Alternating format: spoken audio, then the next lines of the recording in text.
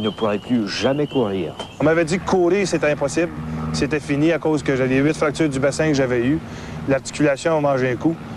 Je pense que j'ai appris à vivre avec ça, mais je me suis surpassé puis j'ai réussi à aller plus loin. Je pense que c'est ça dans la vie, avoir un but, d'être capable de le réaliser. Tout un exploit, Benoît, pour quelqu'un qui aurait peut-être dû finir ses jours dans une chaise roulante. Voilà qui complète l'émission pour cette semaine. Soyez des nôtres vendredi prochain. Ces 1600 mordus réveillent gentiment leurs muscles avant de leur faire parcourir les 42 km du 16e marathon de la capitale nationale.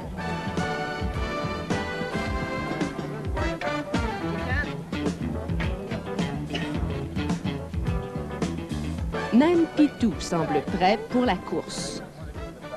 Cet homme à la moustache connaît bien la routine. À 39 ans, il court aujourd'hui son 59e marathon. Les aires de départ, pour lui, sont devenues aussi familières que le dépanneur du coin. Bonne chance, on se voit tout à l'heure. OK, bye-bye. Entre deux marathons, Normand Tremblay travaille au groupe tactique d'intervention de la police de la communauté urbaine de Montréal. Là où, il y a 17 ans, on lui a transmis le virus de la course. Première course que j'ai jamais faite à pied, c'était un marathon, 26 000 au marathon de Boston. Puis ensuite de ça, c'était défi par-dessus défi jusqu'à aujourd'hui. Normand Tremblay ne s'est jamais arrêté. Ou plutôt si, quelques mois, le temps de se remettre d'un grave accident de la route. Je suis réveillé à l'hôpital avec 8 fractures du bassin, des vertèbres de cassées, tous les côtes sur le côté gauche. 4 jours après, j'ai fait une embolie pulmonaire, j'ai codé. Ça veut dire que j'ai eu un arrêt cardiaque, un arrêt respiratoire. Plus jamais de course à pied, lui avait alors annoncé le médecin.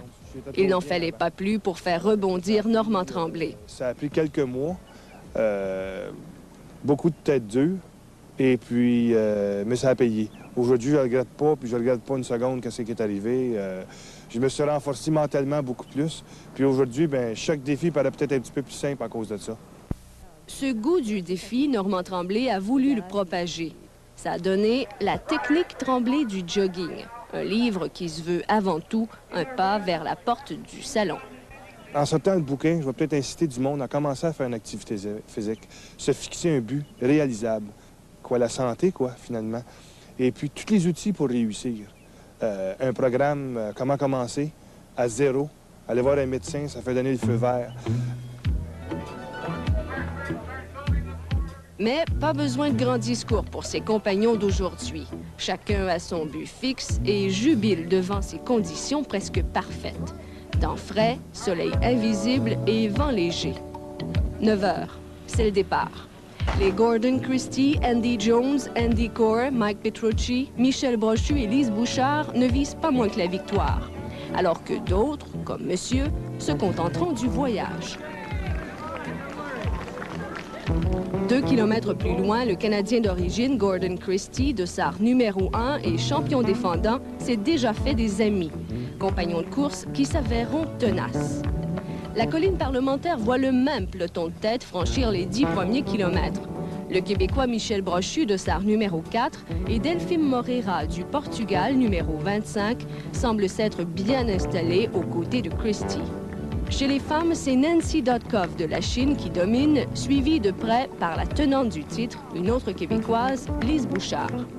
Normand Tremblay, lui, poursuit sa course, sans oublier bien sûr de saluer une autre connaissance. 10h04, les kilomètres s'accumulent et les éponges trouvent vite preneur. Fiston ne semble pas très bien comprendre à quoi jouent ces grandes personnes. Quant à Monsieur, il tient toujours la route. L'étape des 30 km est maintenant passée et les amis de Christie commencent à se faire un peu trop persistants. Il attendra toutefois au dernier virage pour s'en défaire et rafler dans la même foulée sa 3e victoire d'affilée. Son temps, 2h18 37 secondes.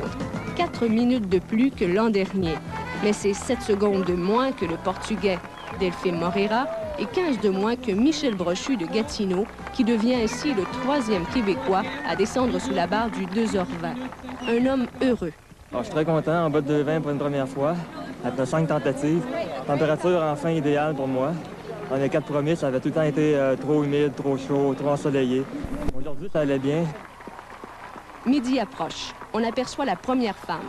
Surprise, c'est France Levasseur de Québec qui croise le fil d'arrivée à 2h49 minutes 33 secondes. Victoire inespérée. C'est ma première victoire au marathon. Très contente de mon meilleur temps. Super. Ça a été pas trop difficile. Sauf le vent, mais... Oh, je n'en crois pas, je crois pas. Lise Bouchard non plus ne le croit pas. Elle termine avec plus de 3 minutes de retard. Épreuve difficile et décevante pour cette grande favorite qui doit se contenter d'une 2e place. Tout de même pas si mal pour un cadeau de la fête des mères.